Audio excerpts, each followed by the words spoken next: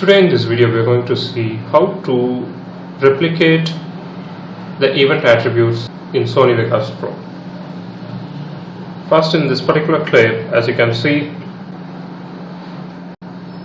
I added two attributes, that is mask and Gaussian blur. I want these two attributes to be repeated in another video or clip.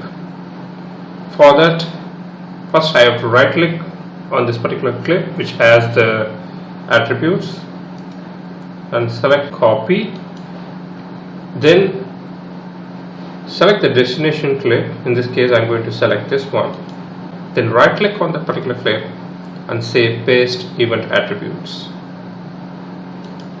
and that's it. As you can see,